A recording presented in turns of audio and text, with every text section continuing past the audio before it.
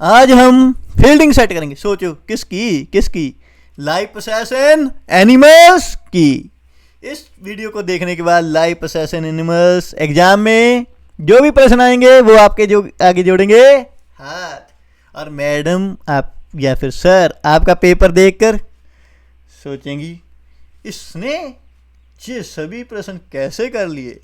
पर आपको भी पता है और हमको भी पता है कैसे, क्योंकि आपने देखा है exam one shot by Digvijay Sharma sir.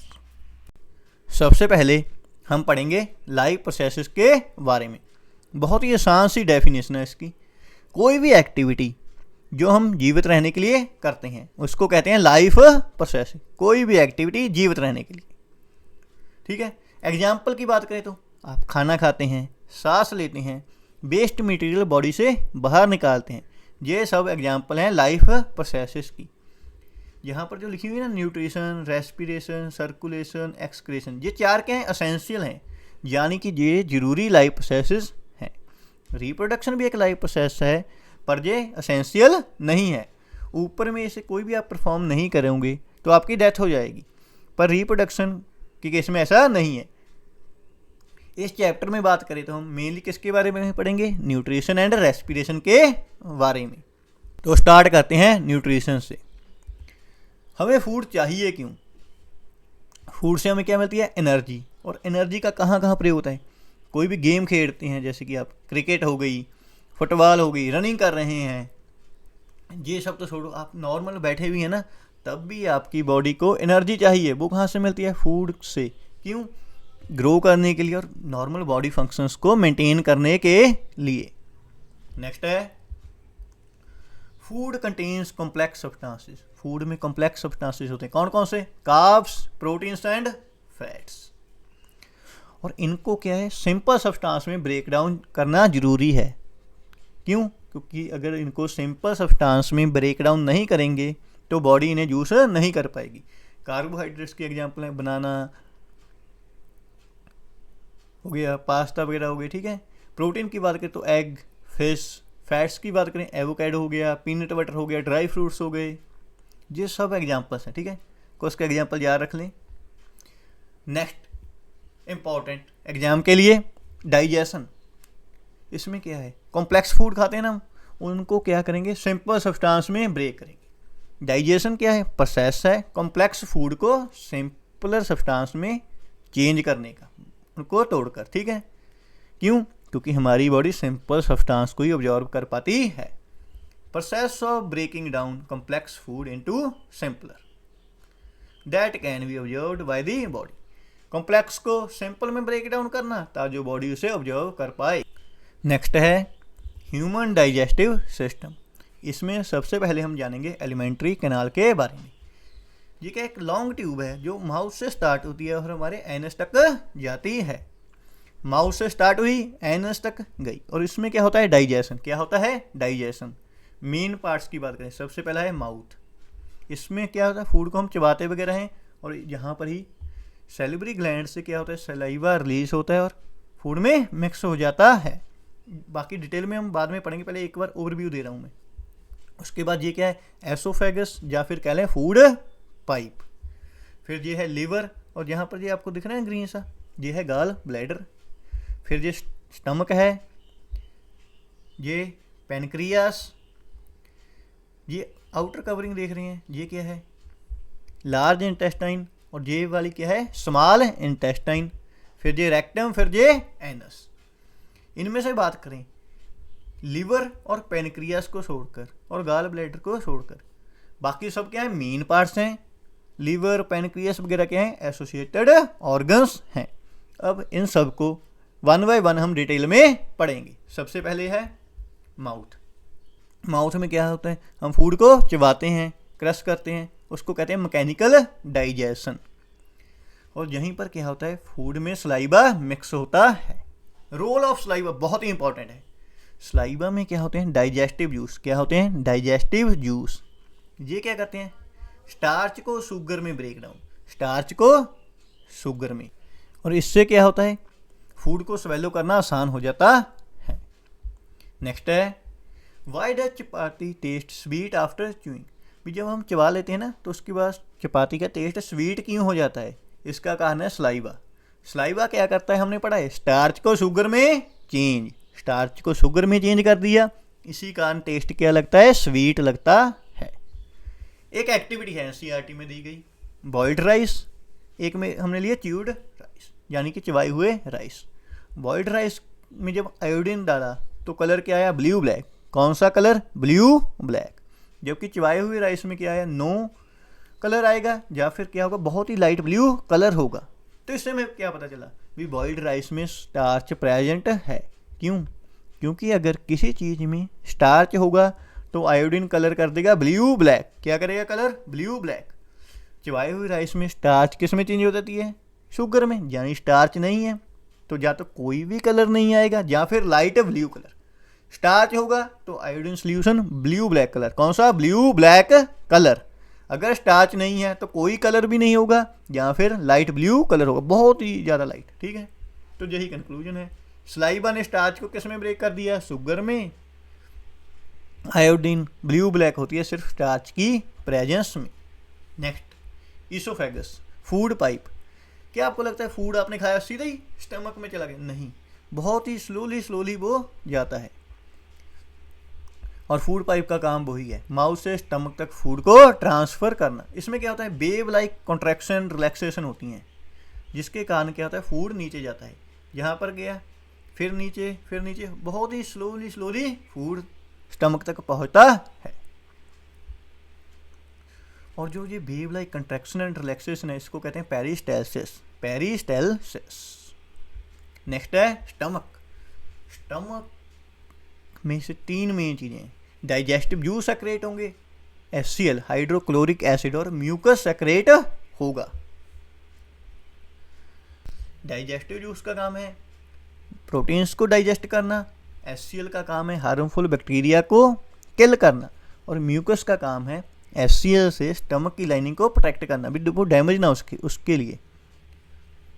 Stomach में क्या हो जाता है, फूड सेमी लिक्विड बन जाता है। वही फंक्शन है, digest protein, acid kill, harmful bacteria, mucus protect stomach lining. Next है स्मॉल इंटेस्टाइन।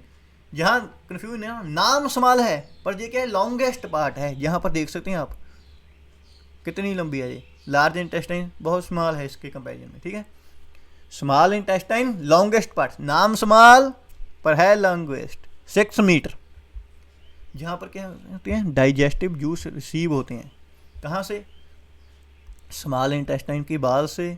लीवर से बाइल जूस सेक्रेट होता है, लीवर से बाइल जूस सेक्रेट होता है। सेक्रेट लीवर से होता है, चाहे बाइल जूस स्टोर कहाँ पर होता है, गाल ब्लैडर में स्टोर होता है।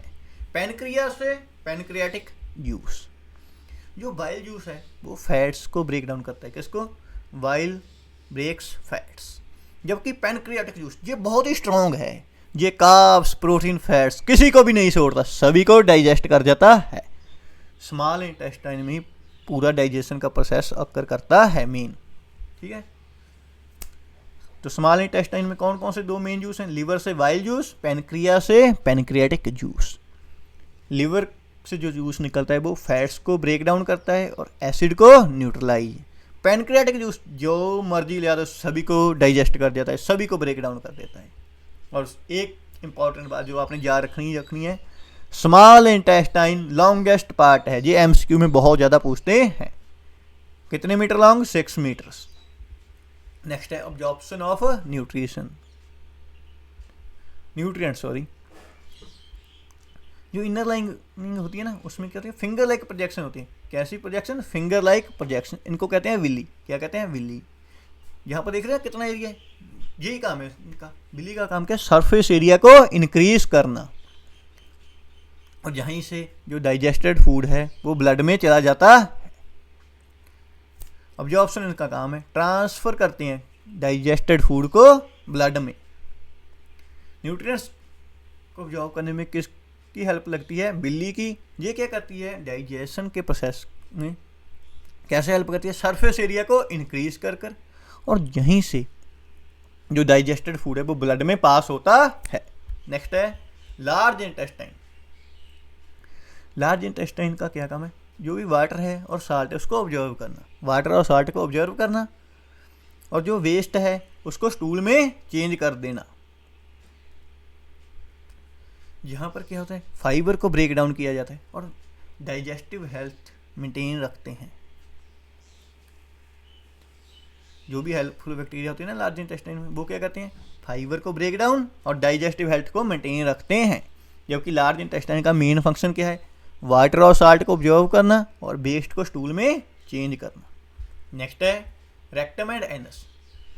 लार्ज इंटेस्टाइन क्या कर रहा था, वेस्ट को स्टूल में चेंज कर रहा था। रेक्टम स्टूल को स्टोर करेगा और एनस से जो वेस्ट है वो रिमूव हो जाएगा। उस प्रोसेस को कहेंगे अजेशन। क्या कहेंगे, अजेशन। नेक्स्ट है डाइजेशन इन अदर एनिमल्स। ये एग्जामिनर का बहुत ही फेवरेट, एग्जाम में बहुत ही ज़्यादा पूछे जाने वाला प्रश्न है भी, रूमिनेंट्स क्या होते हैं या फिर रूमिनेशन का प्रोसेस क्या है। जहाँ से पूछा जाता है रीगर्गिटेशन। ये 3 प्रश्न एग्जाम में बहुत ज़्यादा पूछे जाते हैं, तो इनको मिस नहीं करना है। सबसे पहले हम समझेंगे रूमिनेशन के प्रोसेस को, पर उससे पहले जानते हैं भी रूमिनेंट्स में टोटल चैम्बर कितने होते हैं। इनमें स्टमक में 4 चैम्बर होते हैं। कितने चैम्बर होते हैं स्टमक में? 4 चैम्बर्स। उनका नाम क्या है, फर्स्ट का है र्यूमन, सेकंड का है रेटिकुलम, थर्ड का ओमेसम, फोर्थ का एबोमेसम। अब इन सभी का प्रोसेस अच्छे से समझेंगे और रूमिनेशन के प्रोसेस को भी समझेंगे। ये देख रहे हैं ना, ग्रास खा रही है। जो सबसे पहले जो ग्रास खाती है ना, तो उसको अच्छे से नहीं चबाती। चबा ली, फूड गया र्यूमन में। र्यूमन कहाँ सेंड कर देगा इसको, रेटिकुलम में। और रेटिकुलम क्या करेगा, चेक करेगा ये फूड अच्छे से डाइजेस्टेड तो नहीं है, तो ये फूड क्या करेगा, दोबारा से माउथ में सेंड कर देगा। और ये माउथ में जो फूड सेंड हुआ, ये क्या था, पार्शियली डाइजेस्टेड था। क्या था, पार्शियली डाइजेस्टेड। इसको कहते हैं कड। क्या कहते हैं, कड। और प्रोसेस को क्या कहते हैं, पार्शियली डाइजेस्टेड फूड को चबाने जाता, उस प्रोसेस को कहते हैं कड रीगर्गिटेशन। क्या कहते हैं, कड रीगर्गिटेशन। इंपॉर्टेंट है ये कड रीगर्गिटेशन। इसमें क्या होता है, पार्शियली डाइजेस्टेड फूड को दोबारा से चबाया जाता है। चबा लिया तो फूड फिर से वापस जाएगा रेटिकुलम में, वहाँ से जाएगा ओमेसम में, थर्ड चैम्बर में। ओमेसम मोहर लगा देगा अफसरों की तरह भी। अब ये फूड ठीक है, पानी को ऑब्जर्व कर लेगा और फूड को सेंड कर देगा एबोमेसम में, जहाँ से क्या होगा, वो बाहर निकल जाएगा। जहाँ पर एक डायग्राम देख रहे हैं आप, माइक्रोबियल डाइजेशन। ये आपकी अंडरस्टैंडिंग के लिए अलग बना दिया है मैंने। वैसे ये प्रोसेस कहाँ पर होता है, र्यूमन में। कहाँ पर, र्यूमन में ही होता है। ठीक है, तो र्यूमिनेशन क्या है, इसमें क्या करेंगे, ग्रास को पहले स्वेलो कर लिया जाएगा बिना अच्छे से चबाए, फिर वो फूड दोबारा माउथ में आ जाएगा और उसको दोबारा से अच्छे से चबाया जाएगा। ये है र्यूमिनेशन। और वो एनिमल्स जो कड को चबाते हैं, किसको चबाते हैं, कड को, यानी कि पार्शियली डाइजेस्टेड फूड को चबाते हैं, उनको कहते हैं ruminants. Animals that chew partially digested food या फिर कड, उनको कहते हैं र्यूमिनेंट्स। नेक्स्ट है बर्ड्स। बर्ड्स के पास कोई भी टीथ नहीं होते, पर जब ये फूड खाते हैं ना, चुगते हैं, तो इनके स्टमक में कुछ स्टोन्स भी चले जाते हैं। पर ये स्टोन इनके लिए फ़ायदेमंद है, नुकसानदायक नहीं है। इनमें जो गिजेट है ना, इसमें जब फूड आता है स्टोन्स की मदद से, किसकी मदद से, स्टोन्स की मदद से फूड को डाइजेस्ट करते हैं जी। ठीक है, इनमें क्या है, गिजेट है, गिजेट में ही ये क्या करते हैं, स्टोन्स की मदद से फूड को डाइजेस्ट करते हैं। इनके लिए स्टोन्स हानिकारक नहीं है। नेक्स्ट है रेस्पिरेशन इन एनिमल्स। यहाँ पर स्टूडेंट्स बहुत ज़्यादा कंफ्यूज होते हैं भी, रेस्पिरेशन और ब्रीथिंग को वो ज़्यादातर सेम समझ लेते हैं, पर ये दोनों अलग अलग हैं। आज के इस लेक्चर में हम अब जानेंगे रेस्पिरेशन क्या है। हम फूड खाते हैं ना, उसको ब्रेक डाउन करना ऑक्सीजन की मदद से एनर्जी के लिए। रेस्पिरेशन क्या है, फूड को ब्रेक डाउन करना ऑक्सीजन की प्रेजेंस में एनर्जी मिल सके ताजो हमें। ठीक है, इसकी इक्वेशन की बात करते हैं, ग्लूकोज क्या है, फूड है प्लस ऑक्सीजन, इनकी मदद से क्या बना, कार्बन डाइऑक्साइड, पानी, और मेन चीज जो हमें सबसे ज़्यादा चाहिए, एनर्जी। ठीक है, तो रेस्पिरेशन क्या है, फूड को ब्रेक डाउन करने का प्रोसेस ऑक्सीजन की प्रेजेंस में ताकि हमें मिल सके एनर्जी। अब बात करें रेस्पिरेशन इन ह्यूमंस में मेन डिफरेंस की, किसके बीच में डिफरेंस, ब्रीथिंग एंड रेस्पिरेशन के बीच। ब्रीथिंग क्या है, फिजिकल प्रोसेस, जबकि रेस्पिरेशन केमिकल प्रोसेस से। ब्रीथिंग क्या होती है? लंग्स में होती है। कहाँ पर होती है? लंग्स में। रेस्पिरेशन सेल में। ब्रीथिंग में क्या कहते हैं हम? सांस अंदर सांस बाहर। जबकि रेस्पिरेशन में एनर्जी के लिए हम फूड का ब्रेक डाउन करते हैं। सिंपल शब्दों में बात करें ना तो ब्रीथिंग क्या है? सांस लेना, सांस छोड़ना। जबकि रेस्पिरेशन क्या है? फूड को किस में ब्रेक डाउन करना? ऑक्सीजन की मदद से एनर्जी में। साथ साथ में क्या बनेंगे? कार्बन डाइऑक्साइड और वाटर। नेक्स्ट है ह्यूमन रेस्पिरेटरी सिस्टम। इसके पार्ट्स की बात करें, सबसे पहले है नॉस्ट्रल्स, फिर विंड पाइप है जे, एल्विली, लेफ्ट लंग, राइट लंग, ये है रिब केज और ये क्या है? डायफ्राम। ये सभी पार्ट्स हैं ह्यूमन रेस्पिरेटरी सिस्टम के, ये आपने याद रखने हैं, ठीक है। नेक्स्ट है फंक्शंस ऑफ इंपॉर्टेंट पार्ट्स। जो इनमें से बहुत ज़्यादा इंपॉर्टेंट है उनके फंक्शन भी दिए गए हैं। नॉस्ट्रल से क्या होती है? एयर बॉडी में एंटर करती है। क्या एंटर करती है बॉडी में? एयर। जो निसल एयर हैं या फिर म्यूकस हैं, ये क्या करती हैं? डस्ट को ट्रैप कर लेती हैं, डस्ट को बॉडी में जाने नहीं देती। विंड पाइप में से क्या होता है? जो एयर बॉडी में एंटर की वो कहाँ तक जाएगी? लंग्स में। कहाँ तक जाएगी? लंग्स में। एल्विली, ये बहुत इंपॉर्टेंट है, इसको डिटेल में पढ़ेंगे हम। यहाँ पर क्या होता है? गैसेस का एक्सचेंज होता है। डायफ्राम क्या करता है? ब्रीथिंग में हेल्प करता है, यानी कि सांस लेने में हेल्प करता है और सांस छोड़ने में, ठीक है। नेक्स्ट है mechanism of breathing, inhalation and acceleration. बहुत ही ज़्यादा पूछते हैं ये भी, इनहलेशन और एक्सलेशन। इनहलेशन में क्या होगा? रिब्स ऊपर की तरफ और बाहर की तरफ मूव करेंगे, ठीक है। Ribs moves up and outward. जब रिब्स आउटवर्ड हैं तो डायफ्राम डाउनवर्ड, ठीक है। जबकि बात करें एक्सलेशन की तो यहाँ पर क्या होगा? Ribs inward. कहाँ पर? इनवर्ड मूव करेंगे, जबकि डायफ्राम ऊपर। रिब्स इनवर्ड, डायफ्राम ऊपर। रिब्स आउटवर्ड तो डायफ्राम नीचे। इनहेलेशन में क्या होगा? लंग्स में हवा फिल हो जाएगी, lungs fill with air. Exhalation में एयर बाहर निकल जाएगी। नेक्स्ट है inhaled air versus exhaled air में ऑक्सीजन और कार्बन डाइऑक्साइड की अमाउंट। ये एमसीक्यू में पूछ लेते हैं, ठीक है। अगर बात करें इनहेल्ड एयर की तो उसमें ऑक्सीजन ज़्यादा होती है 21%, जबकि एक्सहेल्ड एयर में 16 से 17% ऑक्सीजन होती है। अगर कार्बन डाइऑक्साइड की बात करें तो इनहेल्ड एयर में कम होती है 0.004%, जबकि जो हम सांस छोड़ते हैं उसमें 4 से लेकर 5% तक। यहाँ पर 5 भी लिखा हुआ है, यहाँ पर सेट कर लें से, यहाँ पर कितना आ जाएगा? 4। कितना आ जाएगा? 4 से 5%, ठीक है। नेक्स्ट है ब्रीथिंग मॉडल। एक एक्टिविटी की मदद से हम इनहेलेशन और एक्सलेशन को समझेंगे, ठीक है। मान लीजिए इस यहाँ पर क्या कर रहे हैं? जो बैलून्स है वो लंग्स को रिप्रेजेंट करें। किसको रिप्रेजेंट कर रहे हैं? लंग्स को। और जो ये रबड़ की सीट है वो किसको रिप्रेजेंट करिए? डायफ्राम को, ठीक है। जब हम सांस अंदर लेंगे तो ये क्या करेंगे? लंग्स हमारे फूल जाते हैं और डायफ्राम नीचे मूव कर जाता है, वो शो किया। एक्सलेशन में क्या होता था? हवा बाहर निकल गई तो लंग्स सिकुड़ गए, अंदर की तरफ हो गया रब के, ठीक है। और डायफ्राम ऊपर की तरफ, डायफ्राम ऊपर की तरफ, ठीक है। नेक्स्ट है exchange of gases. Exchange gases का कहाँ पर होता है? एल्विली में होता है। यहीं से ऑक्सीजन ब्लड में एंटर करती है। ऑक्सीजन कहाँ पर एंटर करती है? ब्लड में। और कार्बन डाइऑक्साइड ब्लड में से निकल जाती है। तो एल्विली में क्या होता है? गैस का एक्सचेंज। ऑक्सीजन ब्लड में गई, कार्बन डाइऑक्साइड ब्लड से बाहर निकल गई, ठीक है।